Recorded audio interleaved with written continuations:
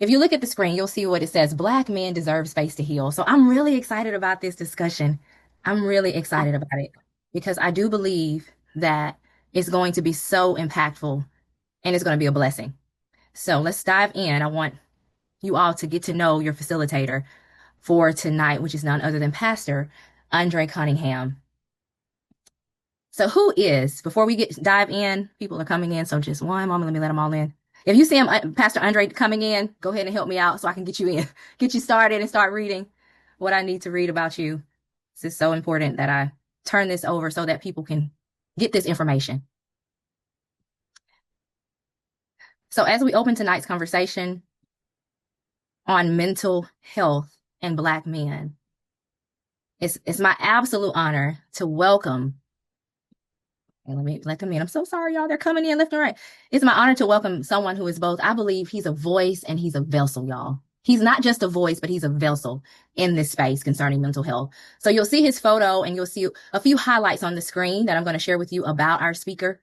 So who is the man behind the work? Who is Pastor Andra Cunningham? Andra Cunningham is an ordained minister. He's the founder of New Life Christian Cathedral Incorporated of more than 27 years. He is a graduate of Liberty University with his bachelor's in Christian counseling. His master's is in mental health counseling, and he is an associate licensed counselor under the supervision of Leah Simmons. Pastor Andre also has a training school to certify Christian or pastoral counselors. Man, let me go to the next screen so that you can read some of his professional affiliations. Look at all of what God has done and is using this man to do within the kingdom of God. Pastor Andre also has a training school, as I mentioned, to certify Christian and pastoral counselors. He is a professional member of the American Association of Christian Counselors. He's a national certified counselor of the National Board of Certified Counselors. He's a certified anger management specialist under the NAMA agency. Pastor Andre also is a certified facilitator of the SYMBIS, Saving Your Marriage Before It Starts assessment for premarital counseling. Amen. Andre, outside of being the counseling space, he is also an author. He is an empowerment speaker. He is a jiu-jitsu practitioner, as well as he's happily married to his wife, Cynthia, who is also a certified Christian counselor. So God is I believe this man of God is just going to impart so much wisdom and give us the tools that we need to go in our toolkit as it pertains to Black men. Because when he prayed, he said, let me pray about the topic. When I reached out to him and he prayed and he contacted me back and said, hey, this is what the Lord placed on my heart. And it was about Black men. And that thing convicted me because I'm in the space of mental health counseling, but most of what I do is really, it leans towards women or it leans towards everyone. But he brought this demographic, this group population of people before me like, oh my goodness, we don't think about the men. I think we think about them, but we don't. So I'm so thankful for his insight and for his discernment and his ear to hear what God is saying, what heaven is speaking concerning the black men globally. So I'm honored to introduce a voice who I believe will bring both spiritual insight and a clinical expertise to this important conversation. So let's welcome Pastor Andra Cunningham in the comment section. Just let's say welcome, Pastor Cunningham. If you know how to do the emoji hand claps, let's bring him up and welcome him on tonight. Pastor Andra, it's in your hands. Okay. First of all, I want to say welcome to everyone. So glad that you are here tonight and looking forward to having a great time with you all. I do believe this is a divine assignment and God has purposed us to be here. And not only we want to give honor to the Lord, but as well, I so much want to recognize our sister. She is an incredible, wonderful, intelligent, professional mental health counselor within her own right. I had an opportunity to be with her in Centerpoint City, the city of Centerpoint, there, I think in Pinson, Alabama. And I'm telling you, when she got up and spoke, I just want to acknowledge, because she boasts so much about her Apostle Joseph Hamilton. So glad to have you here, sir. But she just boasts in the Lord so very much about you. And I can tell, as we say here in New Life, that she is definitely catching the dust of her rabbi. Because when she got up and spoke, I'm telling you, it was so much information. I think we're given like 20 minutes. And she came and sat down. I said, girl, you need a whole hour. But we were just so blessed with information and the just the inspiration that she brought along with that. So, and I thank her for the opportunity for this platform as well. I do believe there's conversation about this certain topic, but it needs to be more conversation about this. And I really pray and hope and believe that it will spur and inspire more conversation, because there is a deficit, right? There is a crisis, and we're going to see with a lot of evidence that there's a crisis. It very much is. And so I can't wait to really indulge into it. So what I'm going to go ahead and do, Ms. Tasha, I'm going to go ahead and share my screen. Let's see here. All right. And there we go. Let's see, I can go ahead and see. All right, let me see if I can. Yeah, there we go. I like that. And play from the start. All right, love it. All right, so mental health crisis among Black men. And this also to let you know as well, I'm very fortunate to have my own private practice, which is Total Life Change Counseling, LLC. And by saying that as well, I do want to acknowledge that we offer so many services for so many people of different ethnic, cultural background, so very much. And that is so important for me to say, because therapy is needed across the board. And we're going to begin to even discover that even trauma is experienced regardless of one's pedigree, educational background, ethnic, cultural background. Trauma is going to happen regardless of any age. It's going to be there. And so mental health, it's just a necessary topic that we have to promote and put out there and acknowledge and make aware across the board. But with that being said, I do want to place some emphasis on mental health crisis among Black men. So let's talk about it a little bit more. So, of course, you already know that, hey, I'm a preacher at heart, been preaching for 31 plus years. So, no matter what occupational activity I have, preaching always going to be a part of it. The word of God always going to be a part of it, because I had to acknowledge God in all of my ways, right? And so I definitely want to start off with a scripture. So Matthew 9:36 through 38, it said, but when he saw the crowds, so very important, because this is going to set everything off here. When he saw the crowds, he was moved with compassion for them, because they fainted and were scattered like sheep without a shepherd. Very important. Verse 37, then he said to the disciples, the harvest truly is plentiful, but the laborers are few. Therefore, pray to the Lord of the harvest that he will send out laborers into his harvest. So key message here, Jesus recognized the pain and the need of the people. Okay. He recognized the pain and the need of the people. The same compassion is needed today for addressing, right, mental health in our communities. Okay. The same compassion is needed, okay, to address the mental health issue in our communities. He also recognized this right here. He also recognized the shortage outside of himself. This is so important here, especially when we begin to deal with the religious, I call it, and you'll see it in the slide, wrong religious response. Because that's a certain stigma that we deal with, right? Or a barrier that we deal with, which is wrong religious response. But even here, Jesus, right, recognized the shortage outside of himself needed, right, to care for the harvest of people. So very important. So this is a very, very important scripture as we go forward in this particular presentation here tonight. So let's go a little bit more into it so you can see the crisis here. And this is just mind-blowing. Only 4% of mental health professionals are African American.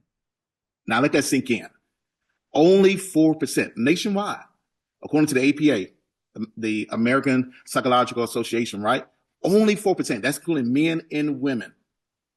Mental health professionals are African American. That's startling. Okay.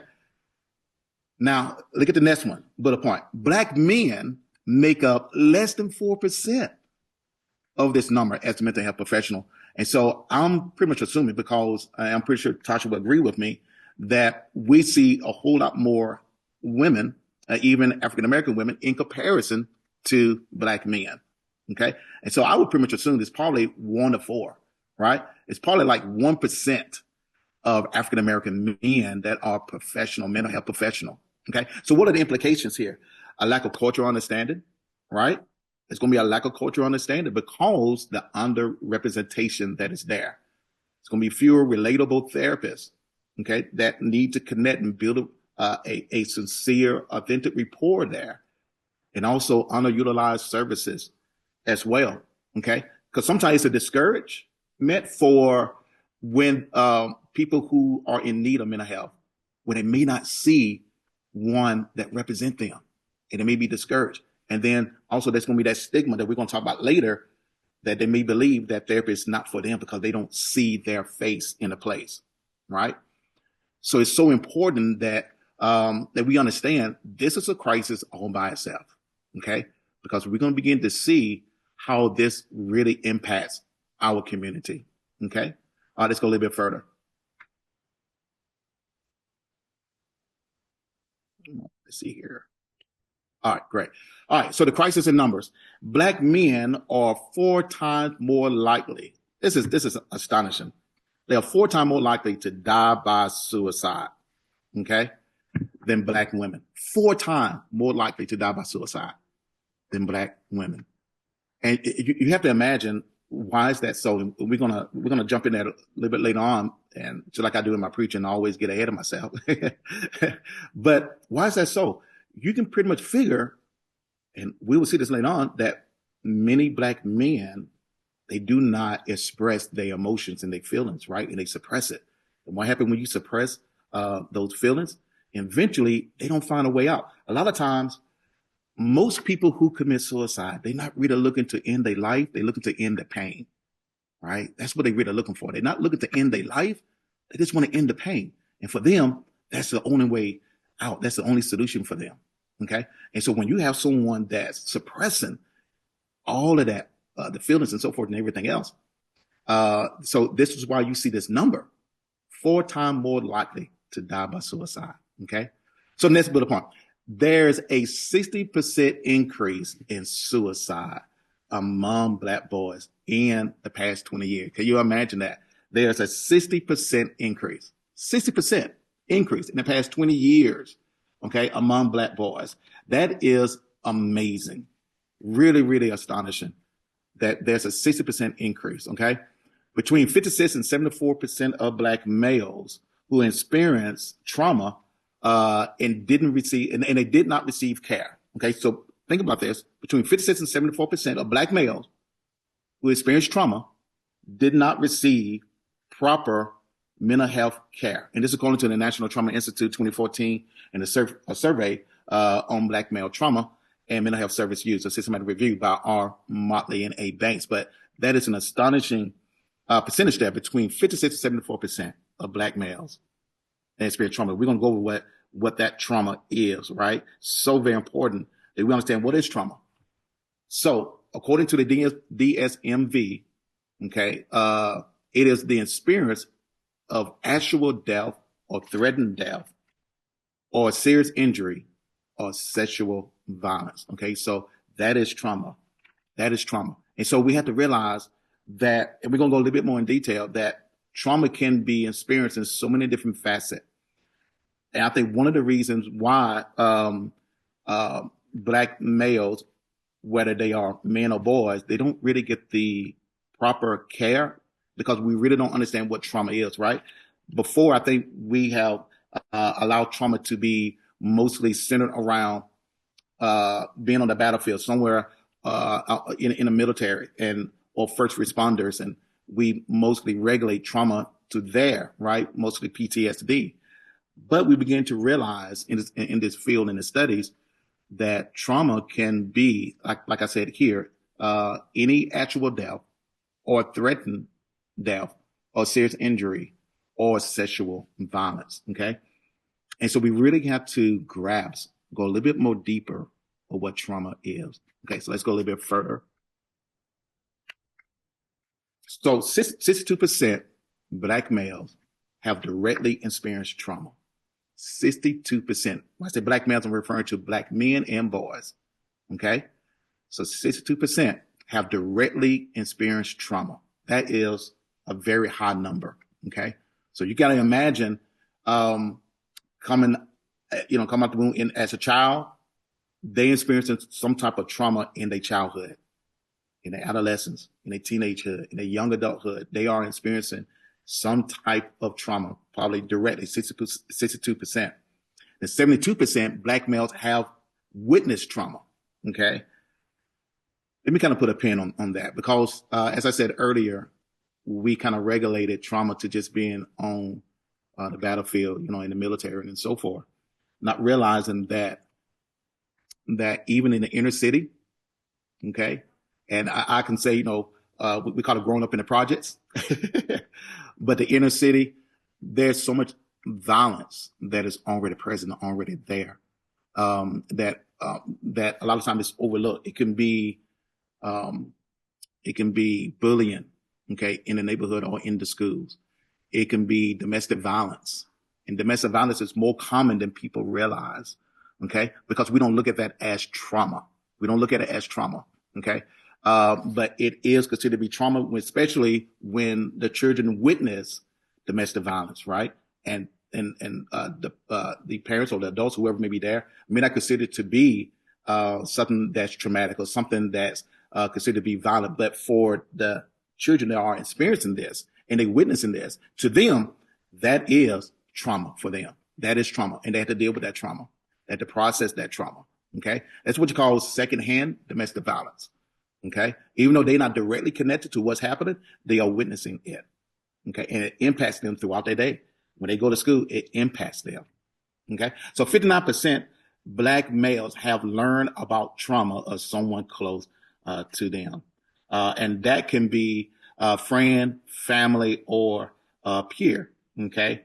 Um, and so, for instance, they can be in school, they can hear about a classmate, a friend, someone who they play football with, or a quiet student that hardly anyone may speak to, but this happened, something violent happened, and that still would impact them. And so I think this is one of the biggest problems that our community have to deal with, that uh, violence can be so common, it becomes a norm.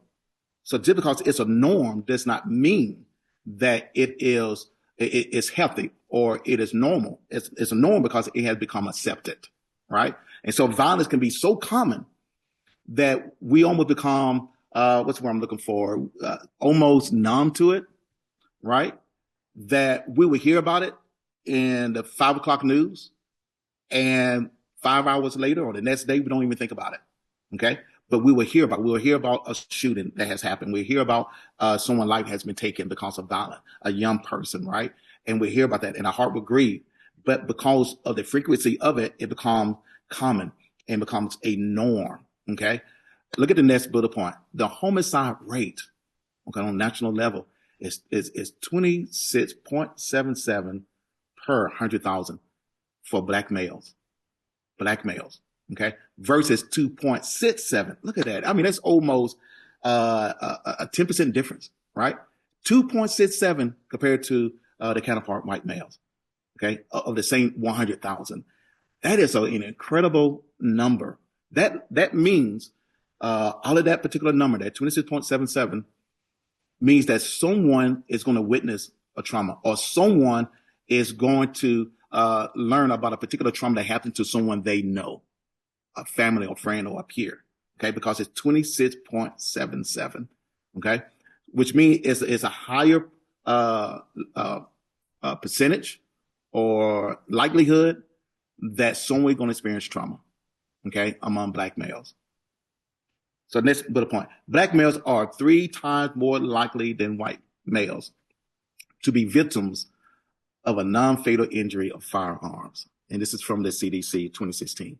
3 times more likely, as far as black males than white males, to be victims of a non-fatal. Basically means they may get shot in the leg or arm, or maybe stab wounds and so forth. All these different things, right?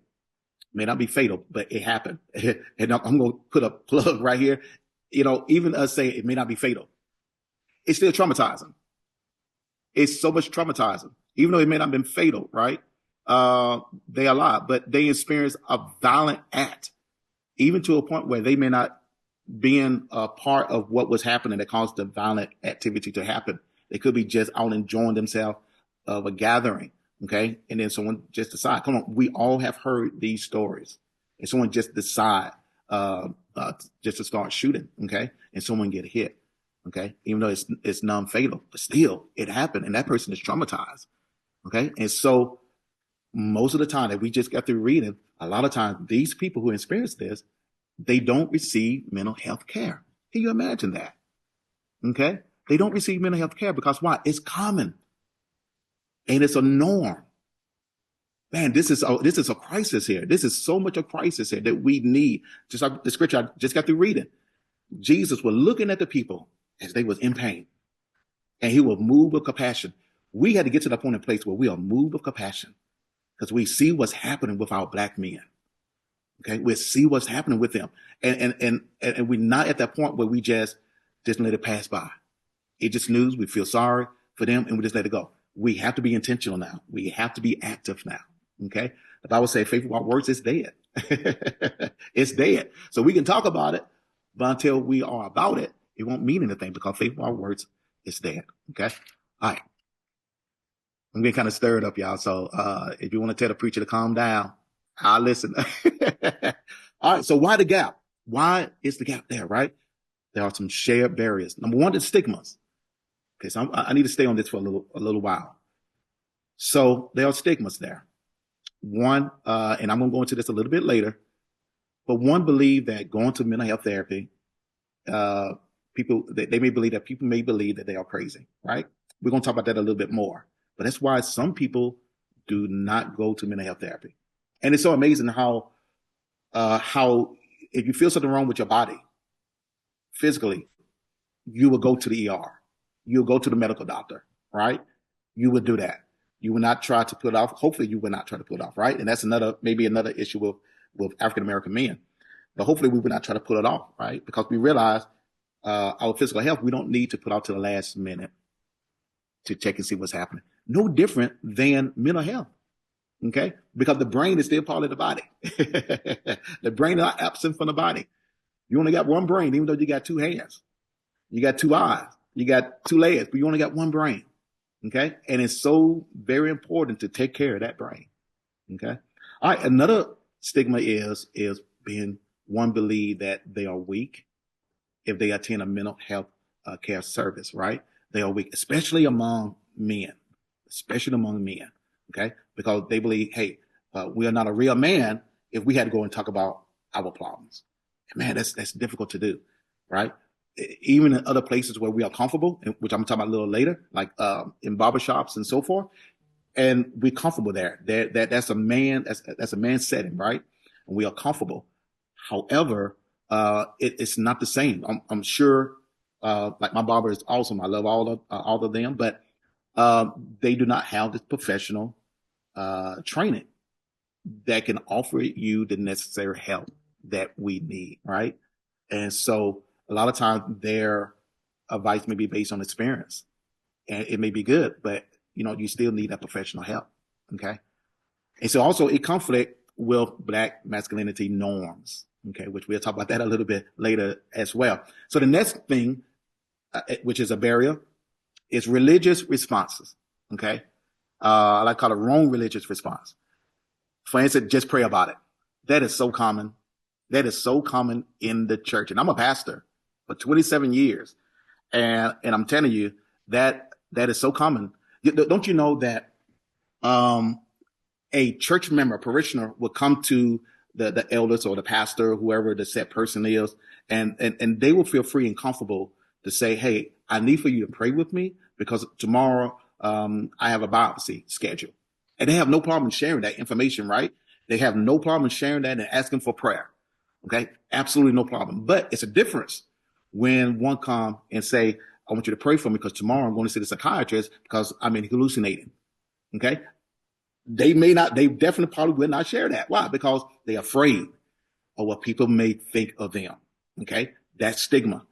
And a lot of times we are limited in our knowledge, even though our faith is strong, but our knowledge is not as vast when it comes to this particular area, right? And the Bible does say add to your faith knowledge, right? And so what we do with we just say just pray about it, okay? Or just ignore it and just trust God, just ignore it and just trust God, right? Or we get really wonderfully religious and we just grab some oil and it's slinging everywhere, right? And trust me when I say this, I believe in prayer and I believe in trusting God. We've been praying for 6 to 8 days, not straight, 6 to 8 days straight, not missing a day. So I believe in prayer, no doubt about it. But we got to add something to that prayer. Okay. We can't just pray and not add all the other different tools that God has presented before us. Okay. All right. So faith should complement therapy and not replace it. Okay. Faith should complement therapy. They should walk hand in hand. Something that I learned when it comes to the Hebrew culture is really different in not only the language, but the culture, not only the literature, but as well the culture, is that in the language of God, when God speaks, oftentimes what he created, he combined with a conjunction and, right? He said heaven and earth, right? He add that. He said spirit and soul, right? In different places of the scriptures. So he combined things. He don't see them as separate. He see them as one. The further the gospel move away from the east and to the west, the more Greekish we become, and our way of thinking and our language begin to change along with it. So then we begin to rather than have an and, we say or, either or, right? And that's not the language of God. So when it comes to therapy, it's not faith or therapy, it's faith and therapy, because you're going to see this even with Jesus Christ. We're going to talk about this a little later, okay? But it's not faith or therapy. You don't have to choose between one another. My sister actually talked about this, and I remember that. She actually talked about this, right? But it's not faith or therapy. It's faith and therapy. Okay. And I'm gonna tell you, you get a little taste of it every Sunday, believe it or not. You just need it more in a concentrated way. And so, all right, so next is generational trauma, which is legacy of slavery, racism, systemic oppression, psychological scars passed down. So we're going to talk about that a little bit more, because that has a tremendous effect upon the reason why you don't see more Black males in therapy when they need to be. And this is also the reason why you don't see more professional mental health providers as African American men. Okay, so we're gonna dig into this a little bit more. I'm gonna make sure my time is good. Okay, all right, yeah, it's still good. I'm on my Baptist time frame, so I get another 45 minutes. All right, so the stigma of therapy.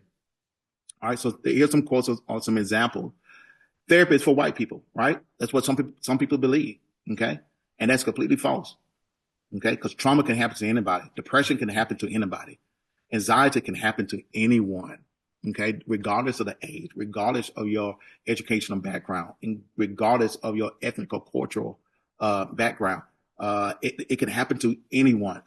You can even go into the scriptures. It doesn't matter how anointed you are, how called of God you are. Look at Elijah. Elijah called down fire from heaven on Mount Carmel, received a message from Jezebel, and he went into major depression, major depression, to a point that he even told God, take my life, take my life. To a point he isolated himself, which what a lot of people do when they're in depression. They isolate themselves. They separate themselves from other people. They stop doing things they found pleasurable, and they separate themselves. That's what he was doing. Elijah was doing. So this man was very much anointed, very much called of God, very much chosen of God, and yet and still he experienced depression. Okay, he experienced that. All right. So it's important that therapy is needed across the board, regardless of who you are and what you may believe, right? All right. So the belief of going to receive mental help, the belief of going to receive mental help means that you're crazy, right? That's what some believe, right? Whether it's depression, trauma, or an overwhelming stress related event, which is false. Okay, it's false. We don't ever use that word in the mental health field, that C word. That's something that we just do not use, because everyone can be helped. No matter what you are experiencing, everyone can be helped, because some people believe that if they use that C word, right, that that no help can be found for them, but everyone can be helped. Okay. All right. So next one is many believe therapy is automatic medication, right? For example, psychotropic meds or antidepressant meds, which is false. It's false because medication is the last resort. While most emphasis is on learning coping or common or self-care skills. Okay, that's what we mostly focus on. It's not medication first. Okay, medication may come in if it's necessary, and most of the time the medication will come in. So then we can place emphasis on learning coping and common and self-care skills because what a medication does, it puts you in a place of being regulated. So then we can learn the skills.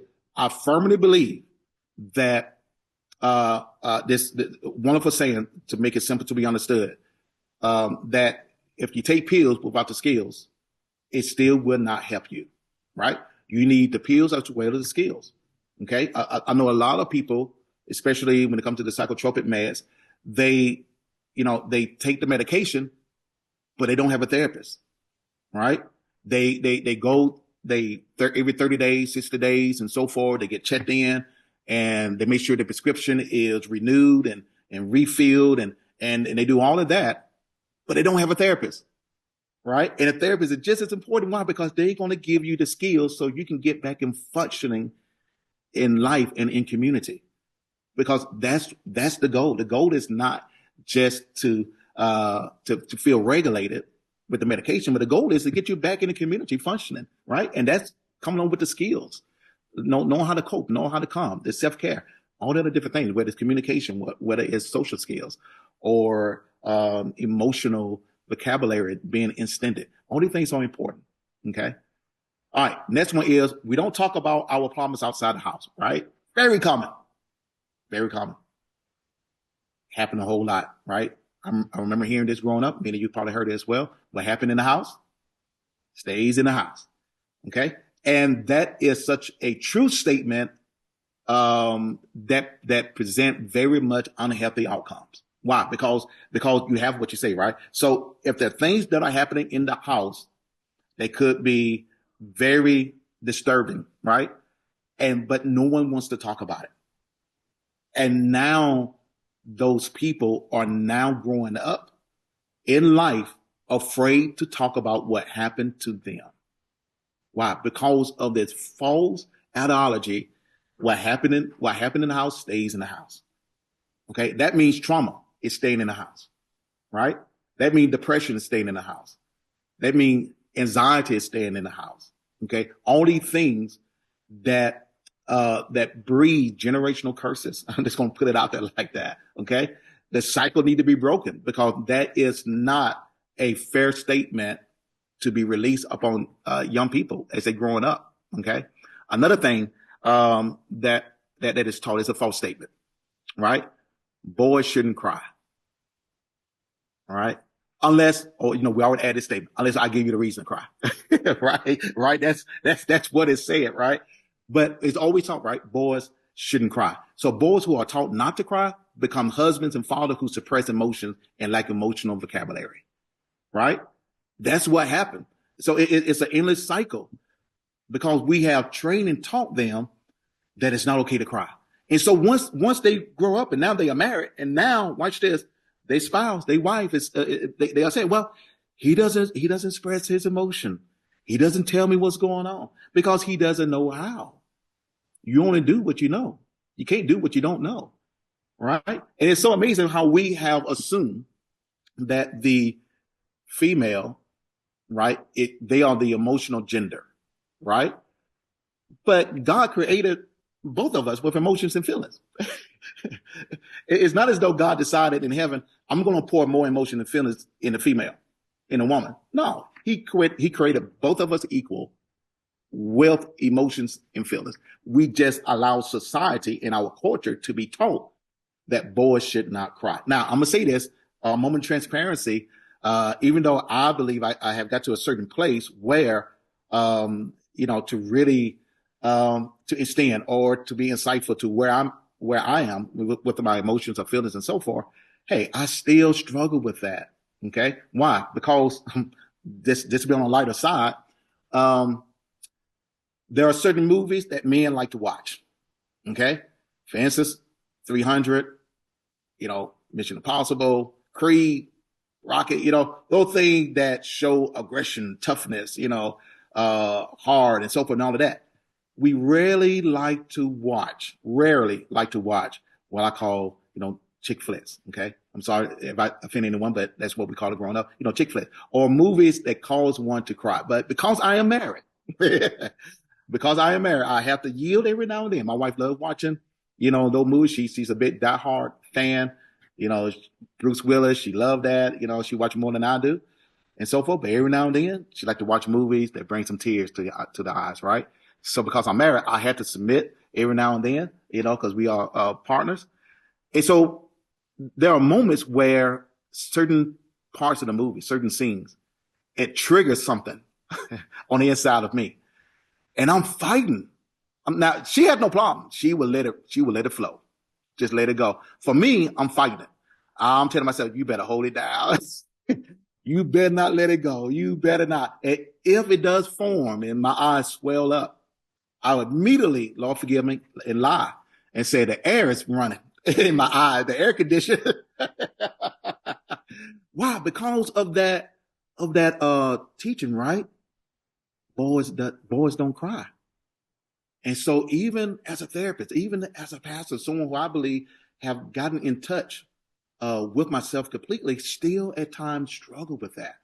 How much so one who, who does not have that emotional language and emotional expression, how much more are they going to struggle with this? Okay. And it's not because they want to struggle with this. They just don't know what they don't know. Okay. And so imagine you talking about going to therapy. It's even harder for them to go to therapy. Why? Because of the fact they want to show their feelings and emotions, and they don't want to do that. That's vulnerability. That's vulnerability. Knowing that, it shows what some people believe, and it's not, that it's weakness, right? So mental health does not equal weakness. Actually, therapy is a form of healing and not defeat. Okay, it's a form of healing and not defeat. And we have to change what we say to our children. We got to change the teachings or the traditions that we impart onto them. Even some, it's amazing how a young boy will attend a funeral of a loved one, a family member, and they may be instructed when we get to the funeral, I don't want you to cry, so get it all out now. Why? It's healthy. Even God said, I collect your tears. Don't you know? Let me tell you something about tears now. Going to the next slide. But God is so awesome how he created us, right? That our tears are created to release stress, that particular chemical called cortisol. So when we cry, it actually decreases the stress and relieve us and bring some level of comfort and consolation.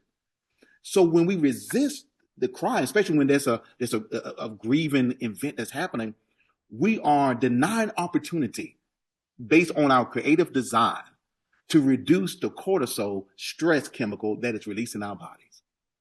So God literally created tears to bring comfort to us. And we are teaching our boys not to cry. We going against God created design. Oh man, I want to stay there, but let me keep going. All right. So anyway, the wrong religious response. We say just pray about it. Okay, just pray about it, or just ignore it and have faith. Okay. So let me say this: to have faith and deny the reality of what you're experiencing is not faith. Okay, let me explain that.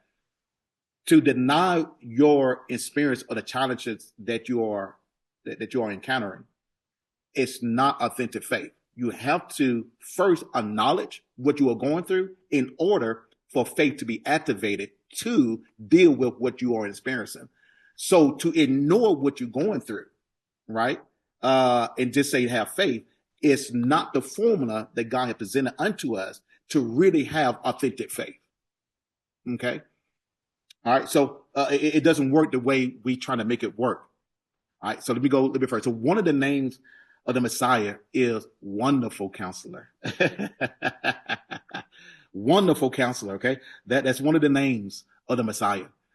So in this particular in a particular text, we see Jesus communicating with the woman at the well.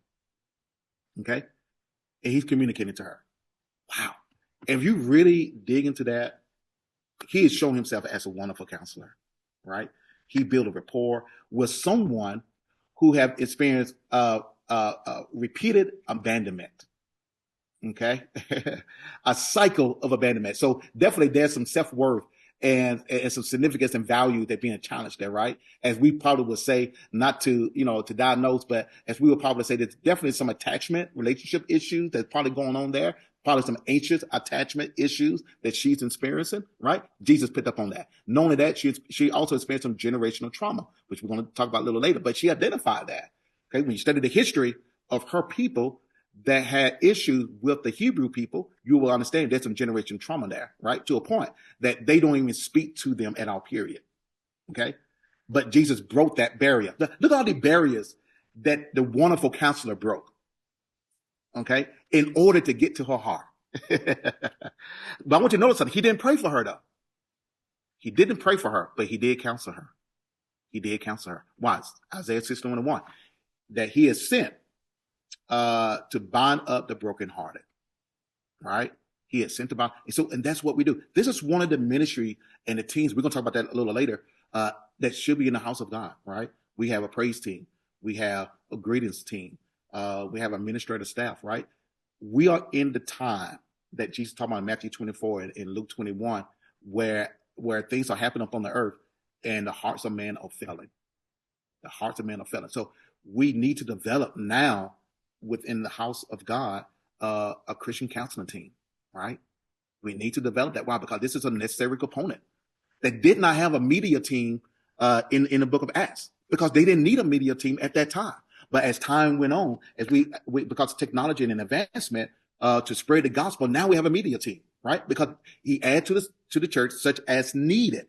They didn't need a media team in Acts, but we need it today in the 21st century, right? To spread the gospel. So guess what? Because the hearts of men are failing them, we are seeing a great influx of mental health issues, especially a crisis among Black men. So now we have to really be intentional what we need to do to create a solution for this need, right? So no different than the prototype deacons, right? That was created. There was a need.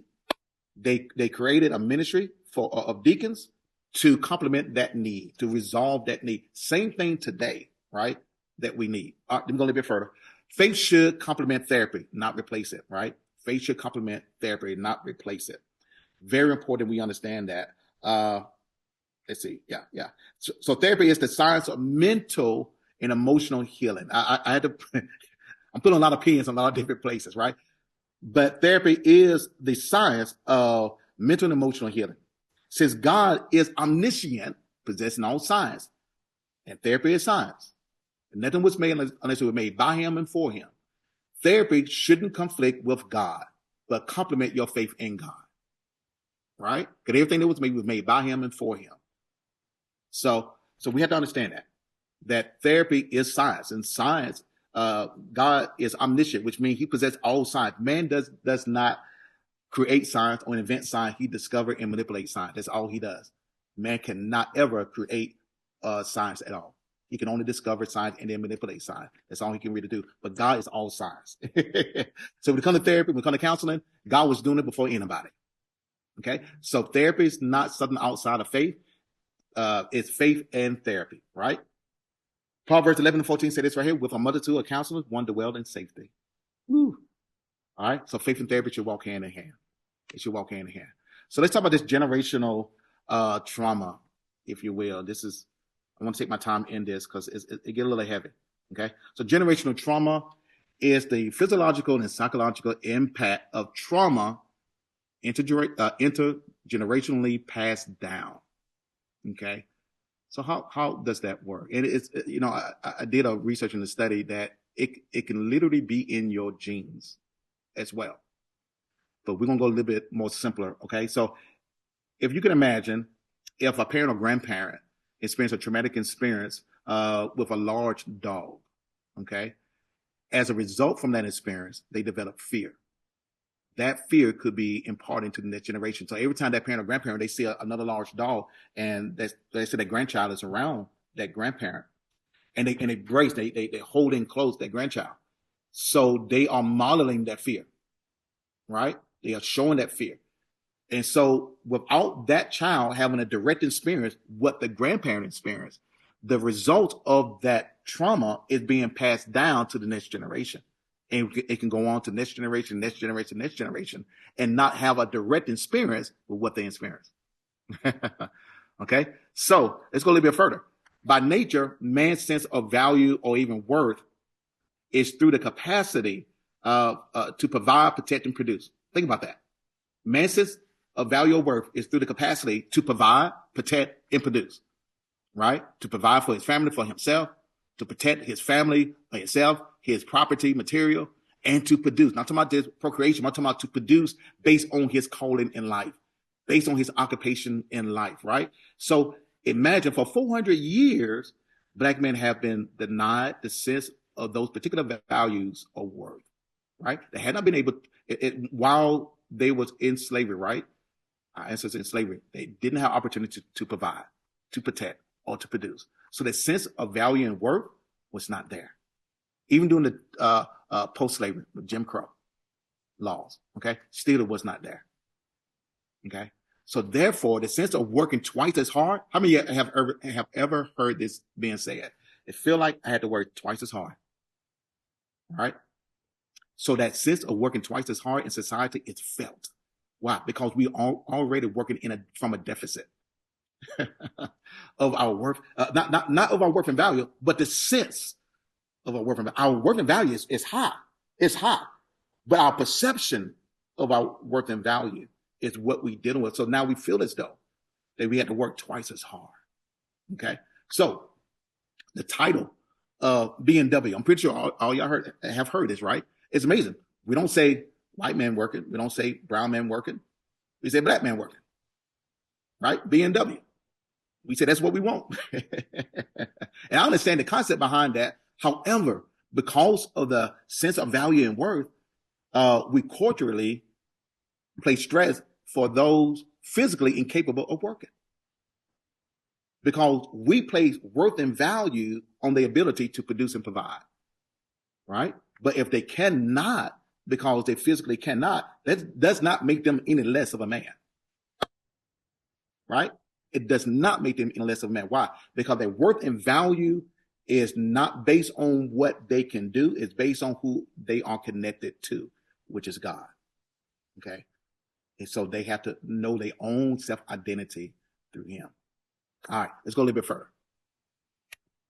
Am I almost done? So because trauma is highly common among Black males, more consideration must be provided during diagnosis, especially between the symptoms of ADHD and dissociation with trauma. And this is particularly close to me because I remember growing up as, a little one in elementary school and so forth. And we had gotten so much better when it comes to the mental health fear as far as diagnosing and so forth and understanding a whole lot more. However, every now and then, you still see this happening, that most of the time we kind of blanket, and especially parents, we have to educate ourselves enough for us to understand that certain labels don't need to be placed on our children, right? And so sometimes we quickly say that one have ADHD, right? And not realizing if there is trauma involved, please hear this. If there is trauma involved with that child, and trauma, like I said, can be what they experience in the neighborhood, if they've seen some violence directly or a threat of life against them, right? Or they witnessed it, or they heard of someone who life has been taken that they are familiar with or that they know, or, watch this, or domestic violence in the home. This is common. This is very common. And so this is secondhand domestic violence trauma. And so now they're experiencing this trauma. So now they are carrying a lot of the symptoms that are seen with ADHD, as you see here, the overlap, right? This is the overlap.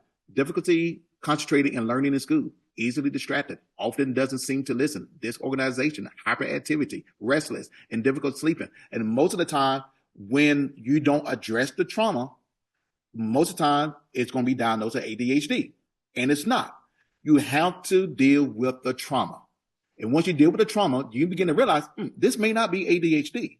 This may be dissociation, right? You look towards down at the bottom on the trauma side, you see dissociated feelings of unreality or being outside of one body. This is something that your brain does because your brain is an organ of preservation and safety.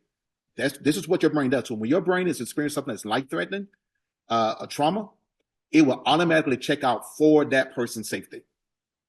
And so the brain does not know when to stop doing that because every time it feels there's a slight possibility that it's going to repeat that particular experience, it's going to check out again.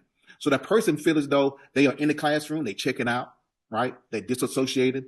They're not paying attention. Why? Because they are reliving or remembering that trauma. And so the brain thinks it's happening at that very moment. And so boom, the brain goes into work and disassociate.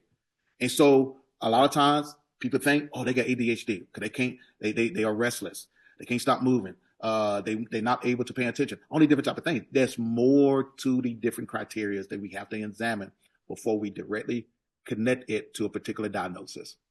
Okay? But primarily, when there's trauma, you always address the trauma. Okay? All right. All right, real quickly, what is happening here? This is what happened in therapy session. Okay? So you see the gentleman, that's why I can say the gentleman on my left. You see this cloud, right? And the client, that's the client. The client brings his cloud in the session. You see, it's also covering the therapist as well. This is a safe place. You're allowed to bring your cloud, your dark cloud. Okay? No judgment. Wherever it is, you're allowed to bring it. And so when you're allowed to bring your cloud, you feel that safe place and that rapport, you feel that trust there, you begin to allow it to rain. Now watch, the therapist catch your rain. In other words, and I love this, once again, we bring another attribute of God. God is not a waster, not even of your bad experience. He won't even waste your bad experience. Because what the enemy meant for evil, God will turn it around for your good. Right? And so your therapist will catch that negativity because their perception is positivity and will use what's fallen to transfer that into something that you can grow while you're going through. Okay? That's the whole ideal behind therapy, right? That's the whole idea. You're going to experience growth while you are going through.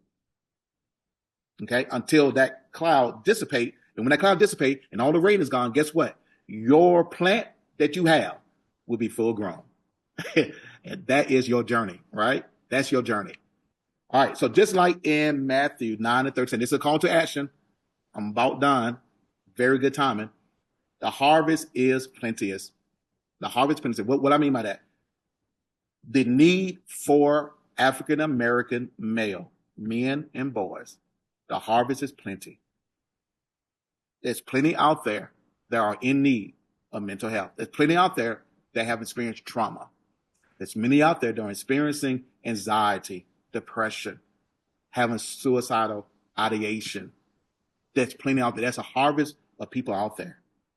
So 9 to 30%, there is a great need, but the laborers, mental health providers, African American men, they are few. They are few. Okay? So what should we do? We should have a call for more Black men in the mental health profession. Okay? We should make it desirable. We should make it honorable for Black men to be a part, more Black men to be a part of this mental health profession. Okay? Pastors, I got such a heart for pastors. Pastors, as I see them, are first responders. They literally are, because they are there with the community. They are the first one that's going to hear this and hear that with their community, with their parishioners. Okay, even people outside their parishioners. So they are the first responders. Therefore, it would be good to have a general knowledge of mental health issues, right? Not a whole lot, not advanced, just general knowledge of mental health issues. For what purpose? So we know when to refer out. So we know, you know what? I can pray with you. I can give spiritual counsel, but let me also refer out, because you're in an area where it's not my expertise, right? And so I want to refer out. And refer out does not necessarily mean refer out into the community. If you which is next line, if you develop a Christian counseling team, right? If you develop a Christian counseling team, you can refer out to your Christian counselor and allow them who are trained and receive continuing educational training for them to be able to help that person, right? Next is support groups, right? Celebrate recovery, divorce recovery. Uh, um, Let me see, people who've been through sexual trauma. Okay. And listen, this is something that we don't want to shy away from, but this is completely necessary too. What about men and women who have homosexual desires? Okay. And they want to learn how to come out of this. There should be a support group in the church for them that's a safe place for them to come to receive that transformative power, right? And along with that, we need a referral list.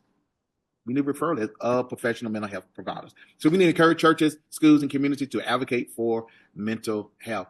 Normalize therapy in the pulpit, in the barbershops.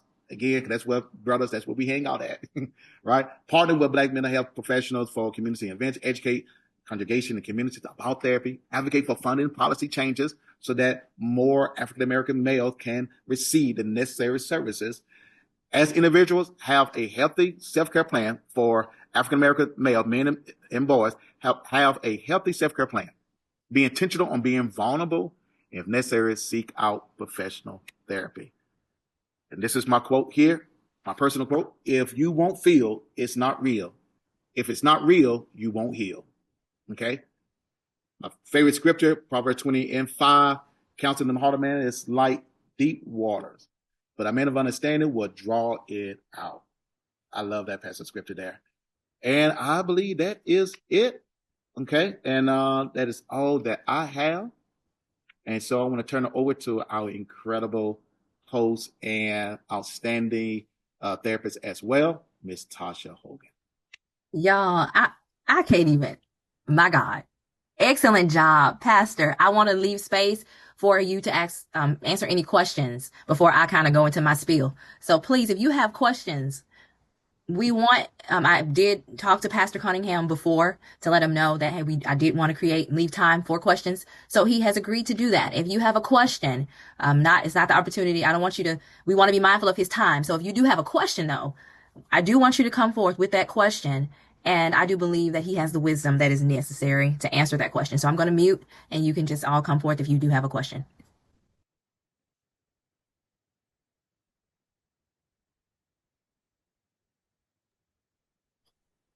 Okay, no questions. Well, that means you talk really well.